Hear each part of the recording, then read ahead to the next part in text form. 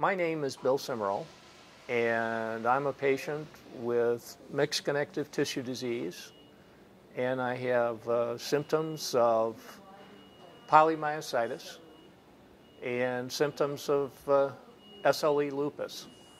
I also have autoimmune hepatitis, and that proved to be my demon in my worst days.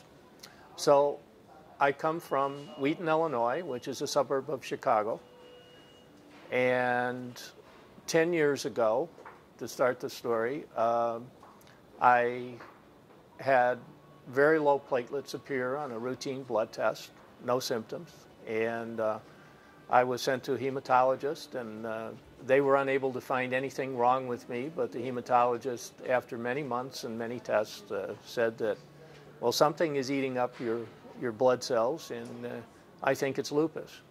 2 months later, in July 2005, I became symptomatic with some typical symptoms of lupus, joint pains, and it attacked my kidneys.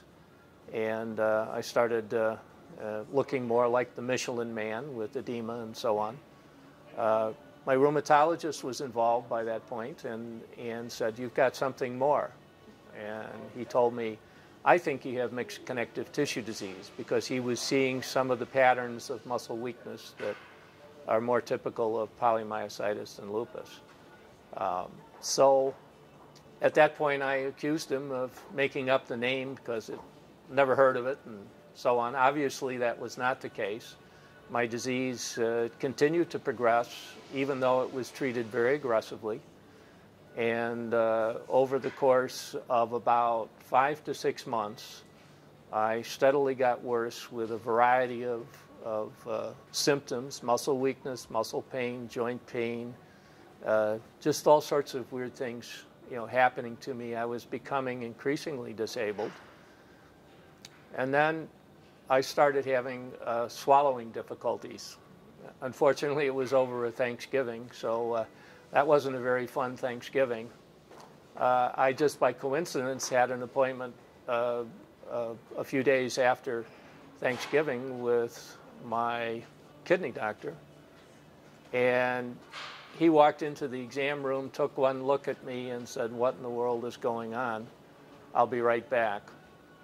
He called my internist and rheumatologist, and they decided to admit me to the hospital.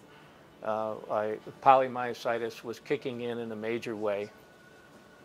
And within a matter of 1 week, I lost 40 pounds of muscle. I entered the hospital and didn't really come out for about 3 months. The disease was not being controlled by prednisone. And unfortunately, I developed autoimmune hepatitis at that stage, and my liver began to fail.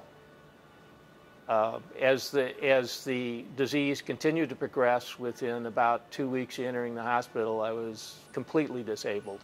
I was quadriplegic, and I couldn't swallow anything, but I found a way to let gravity get liquids down me, and I did sustain my nutrition. So it got to the point where my liver really was just about gone, and they decided to treat me with IVIG. And I took a 5-day treatment in the hospital, and it did save my life, but the physical damage was done. And I had many other complications. I had the kidney problems, liver problems. My entire digestive tract was impacted.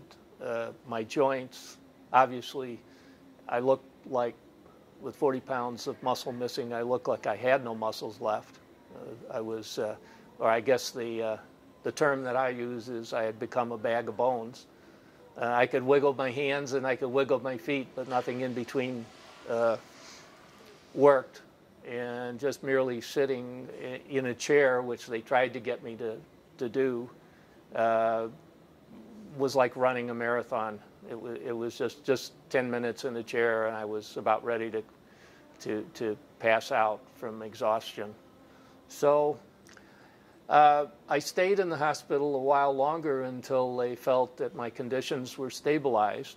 I had very high CPK numbers. They were about 13,000. They did gradually come down. They tried to start some physical therapy in the acute care hospital, but at that point all I could do was some isometrics in bed. And they may or may not have helped. I don't help my condition, I don't know. But my doctors at that point were wise enough to know that I needed to go into a rehab hospital. So the rest of my story is really about what I consider a remarkable recovery, and I can only credit not only my doctors for having the wisdom of admitting me to a dedicated rehab hospital where I came under the care of rehabilitation doctors, physiatrists, and their staff of physical, occupational, and speech therapists. And in their initial evaluations, they thought it didn't look too good for me. I really had a lot of damage, a lot of complications. They weren't sure if I was ever going to swallow again. By that time, I had a G-tube for all my nutrition, which I describe as brown gook and water, and that was all I could. That's the only way I could get my nutrition, but it kept me alive, and I actually gained a little weight back. I never did have, as so many people have when they're on prednisone, have the problem of weight gain. I had the other problem of weight loss, and even had in the rehab hospital had a discussion with the head of nutrition there. I said that they were starving me, not giving me enough cans of brown gook, and I had already calculated how many calories I felt I should have, and I finally went to the doctor who was treating me and said, I'm starving, I feel lousy, I don't have the energy to do the therapies. And I said, I promise you I won't get fat. And he said, okay. And so they increased my intake by 50%, and that was enough calories to start the engine so I could go through what I can only describe as the most difficult thing I've ever done physically and emotionally, to go through the rehab and all of the things you have to do. And of course, being completely disabled, the situation is for someone who was fit and able and completely independent to become almost totally independent or dependent on others for all of your care and your basic functions was just an incredible emotional journey. So in this hospital, in this rehab hospital, they treat the whole person, including psychologically. And everybody was worried about me because I'd been a lifelong athlete and fitness nut and everything. And they were concerned that I was going to become depressed because of my disability. I'm not sure why I had the wisdom to understand that I had to accept what had happened to me and say, okay, this is my new normal. I don't like it, but I needed to throw away my rear view mirrors and stop worrying about what I was. I needed to focus on what I am and what can I do to get better and cope and adapt with my new condition with the hope that in time I could get better. So I had set goals. In the evaluation, you have ultimate goals. And my ultimate goal was to return to my active former life, which consisted of things like downhill skiing and mountain climbing and hiking and playing golf and a number of other things. They thought I was a little nuts and in denial. But I was able to convince them simply, just by chance, that night I asked my wife to make a sign for my room with my, what I call get out of jail goals. And they were three simple things that I asked her to put on this sign. And one was stand, the other was reach, and the third was swallow. I just had those three, and I wanted to focus my entire being on those goals, because if I could do 2 of those things, I could get out of jail, and if I could do the third, I could return to eating and drinking normally. So the doctor came in the next morning on his rounds. He saw the sign, he paused, he looked at it, and he looked at me and he just gave me a nod. And I could see in his eyes, he says, okay, Bill's not nuts. And from that point on, I found the team, not only my doctors, but the therapists. We partnered in the rehabilitation, which was very difficult, and they had to be very creative in order to get me functional again. And they weren't sure what the results would be, nor was I.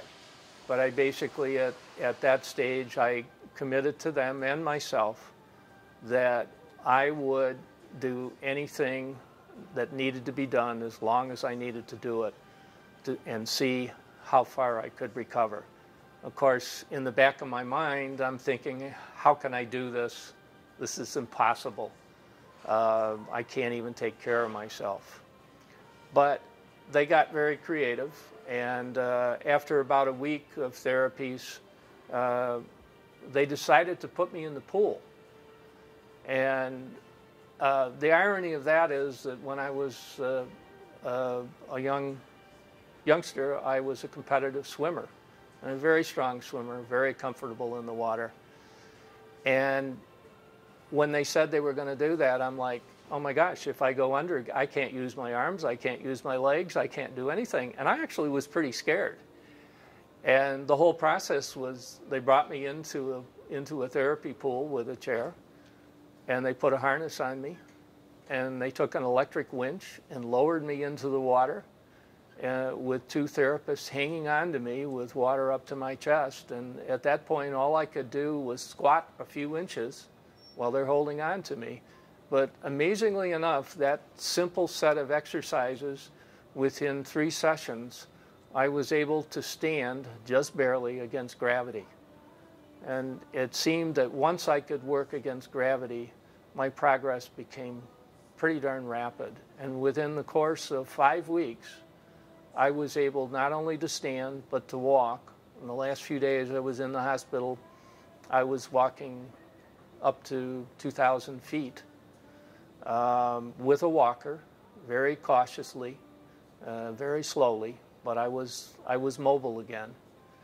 And it was debated of whether to send me to a subacute facility for further inpatient therapies, a little less intense than in the rehab hospital.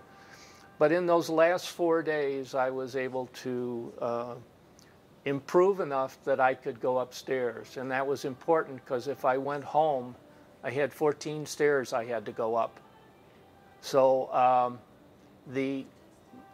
I went home a few days later, and again, it was one of the most terrifying things I've ever done.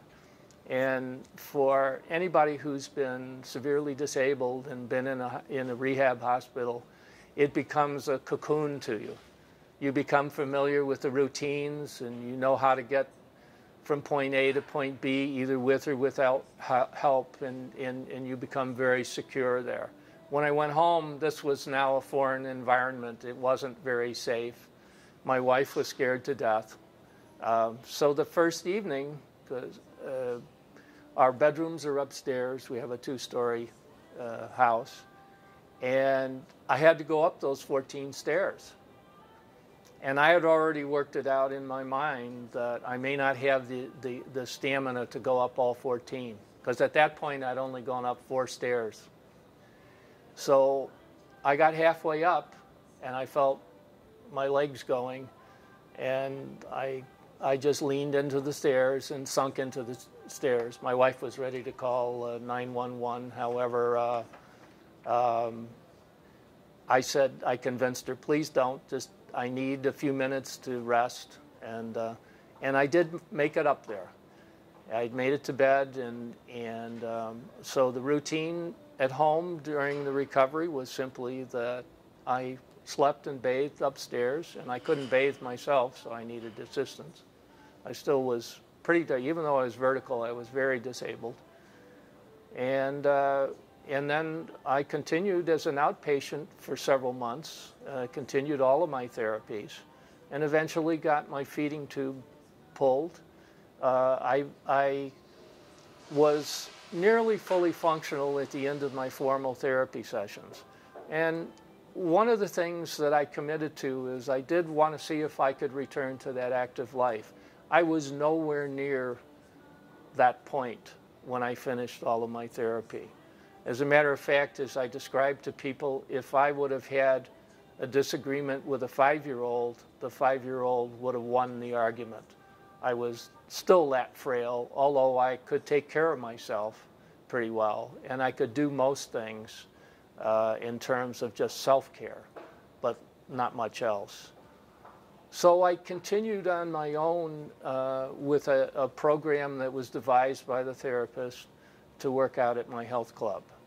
And I have continued with that now for 8.5 years. And I credit that with about 80% of the functional and strength and stamina gains that I've been able to make over the years. And initially, I did a lot of the exercises that I had done in formal therapy. Some of those I did at home, and some of them I did at my health club. Obviously, at much lower resistances and so on, and much lower intensity than I'd done when I was healthy and fit and working out. And one humorous anecdotal story, the first day that I was in my health club and returned, and I went on what's called a lat pull-down machine, where you reach and you pull the bar down. And I don't remember the exact weight that I did prior to getting sick, but it was quite a bit. But obviously I knew I could only set a little bit, so I only set it at maybe 20 pounds. Well, I was probably 180 pounds then, and as you sit down on the bench, you use the bar and the weight to counterbalance you. And I didn't calculate that, gee, 20 pounds wasn't enough to keep me from just going straight to the floor. So I did that, and although I could walk, getting up was a big challenge. So everybody rushed to me in the gym. They're ready to call 911. You know, I'm sprawled out on the floor, and I assured everybody I was okay. Just my pride was hurt. I was embarrassed. And I got up, and then I figured a way to do that without falling. But it's just an example of things that you had done before are quite different when you become disabled and weakened.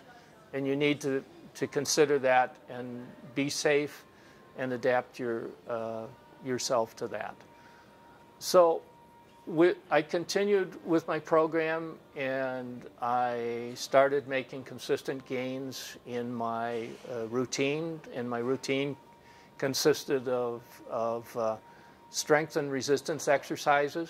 And as I got stronger, I actually went back to using some free weights. I had used primarily resistance machines because I felt they were safer and I was less likely to drop something on my head or fall or whatever. But as I got stronger, I went back to more traditional workout routines, again at very lower resistances and weights and intensity, and I always gave myself plenty of time to rest in between. So I continued to make the progress over a course of almost 3 years. And then I returned to my passion in life, which is downhill skiing. So there's a very small ski area that's near us, and it's just a small hill. And I went over there one evening. My wife wouldn't go. She was terrified. And she said, "You got to call and let me know." And I had one of my sons on the hill with me, as well as some other friends, just to make sure. So I was someone that had been a professional skier for many years and had taught and raced and coached elite ski racers and everything. And here I'm on this bunny hill, and I mean, this is a modest hill. and I got up there, and I was pretty scared, but okay, I'm going to do this. So I snowplowed down that little bunny hill and said, okay, I made it. After a few runs, I went up on the big hill, which is still very modest, and I did get down. I wasn't very elegant. It was not my normal fluidity, but by gosh, I was skiing again. So after about 3 runs, I pulled out my cell phone and I called my wife and told her, guess what, I'm still alive. Nothing's broken. It's great fun. She wasn't convinced until I got home that night. So to make that part of my story, which really became my motivation for going through the difficulty and the stress of rehabilitation, I was able to recover fully, and within another 2 winters, I was skiing just as well as I'd skied 20 or 30 years before, maybe in some ways, thanks to the modern equipment, even better. I did learn, for those of you who are thinking maybe I was taking too big of a risk, I did limit what I did. I would ski fast, but again, with safety in mind. If a slope was crowded, if the conditions were less than ideal, I either would not ski or I would slow down. When the conditions were ideal, you'd have no idea I had a disability. But it gave me a tremendous feeling. Life was very different for me, but I could do some of the things I did and enjoyed before. And for that, I was very, very thankful. And although my own persistence was a factor, and I could not have done it without the help of all the great doctors I had and the therapists. And about a year after I recovered, I did return to the rehab hospital, but as a volunteer. And over the past 7.5 years, I've acted as a patient advocate, and I assist physical therapists and so on. So I have a great interest in movement and its benefits for those of us with polymyositis and other myositis diseases. And that's one of the reasons I've become such a big advocate of it, because I would not have made the recovery I did had I not had the opportunity to do that. And then also realized that when my formal therapy was up, I needed to have a lifelong routine so that I could restore my strength and stamina. So I've been in remission now for 8.5 years. I've been off all meds for over 3 years. I do have many secondary conditions that were caused by the disease, from Barrett's esophagus. I had Raynaud's really severely, and strangely enough, that's virtually gone away. No doctor has been able to explain that to me, so that's good. The condition that I almost lost the battle with, autoimmune hepatitis, unfortunately, has reared its ugly head again this summer. And although I have no clinical symptoms, my liver numbers have shot up. They have receded. My doctors are watching, and they're not being treated, but it's a reminder that when you have autoimmune, it's your friend forever, and we really don't know what it's going to do down the road. So I try to remain optimistic, and I think that's one of the things that helped me throughout the process. I was optimistic. I tried to be adaptive and continue to focus on not what I couldn't do, but what could I do. And obviously in the early stages of the disease, there was little I could do. It was more about attitude and communicating with my doctors and therapists and partnering with them and finding ways to get better and move back to a more normal state. I continually focus on each and every day, and I try to have some balance in my life, and as we've heard at this session, there is no such thing in balance in life, but I do try to balance it out. I spend about a third of my time on what I consider fun things, my working out, playing golf, skiing, and some other activities. But I spend a significant part of my time trying to share my knowledge and experiences with others, whether they have polymyositis or people in the lupus community or people just who have severe disabilities and are facing similar things physically and emotionally to what I did. And even though this has dramatically changed my life, I have come to feel that this is the best part of my life. And I'm really glad that I could get through the worst of it. So I had a very strong desire not to be a burden on my wife and my family and my friends, and I've been able to achieve that. But being able to help others, and sometimes I have information for people or experiences that others find useful. It's really made a huge difference in my life, and I hope to continue to do that as long as I'm able to do that. And I'm thankful for the opportunity to share my experiences and story with others in this video format.